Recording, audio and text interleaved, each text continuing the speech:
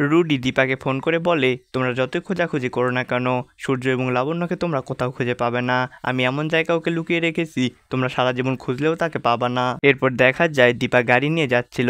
তখন কেন জানি দীপার মনে হচ্ছিল লাবণ্য তাকে ডাকতেছে। এই জন্য দীপা বলতেছিল, গাড়িটা একটু দাঁড় করান, আমার কেন জানি মনে হচ্ছে লাবণ্য আমাকে ডাকতেছে। এরপর গাড়ি দাঁড় করানো হয়। এরপর দীপা এদিক ওদিক খুঁজতে থাকে, কিন্তু লাবণ্যকে কোথাও খুঁজে পাওয়া যায় না। এই জন্য দীপা চিৎকার করে বলতে থাকে, লাবণ্য মা তুই কোথায়? আমার কথা কি তুই শুনতে পারতেছিস? এদিকে সোনা রূপাকে বলে, আমার অনেক টেনশন হচ্ছে, বাবা এবং লাবণ্য কোথায় কেউ জানে না, তাদেরকে আমরা কখনো খুঁজে পাবো না। এরপর দেখা যায় রূপা সোনাকে বলে, বোন তুই চিন্তা করিস না, মা তো গিয়েছে, ওদেরকে ঠিকই খুঁজে বের করে আনবে। এরপর দেখা যায় বাড়িতে চলে আসে কুন্তলা এসে সোনাকে ভুলভাল বোঝাতে থাকে। তখন রূপা বলে, আপনি আবার কেন এসেছেন এই বাড়িতে? বের হয়ে যান এক্ষুনি। তখন কুন্তলা বলে, এই বাড়িটা সোনার, সোনা আমাকে বের হতে বলতেছে না, তুমি কি আমাকে বের হয়ে যাওয়ার বলার? তখন রূপা বলে, সোনার যতটা অধিকার আছে আমার ওই বাড়িতে ততটাই অধিকার আছে, আমি বলতেছি আপনি এক্ষুনি এই বাড়ি থেকে বের হয়ে যান। এটি শুনে কুন্তলা অনেক রেগে যায়। এটি দেখতে পাবো অনুরাগের ধারাবাহিকের আগামী পর্বে।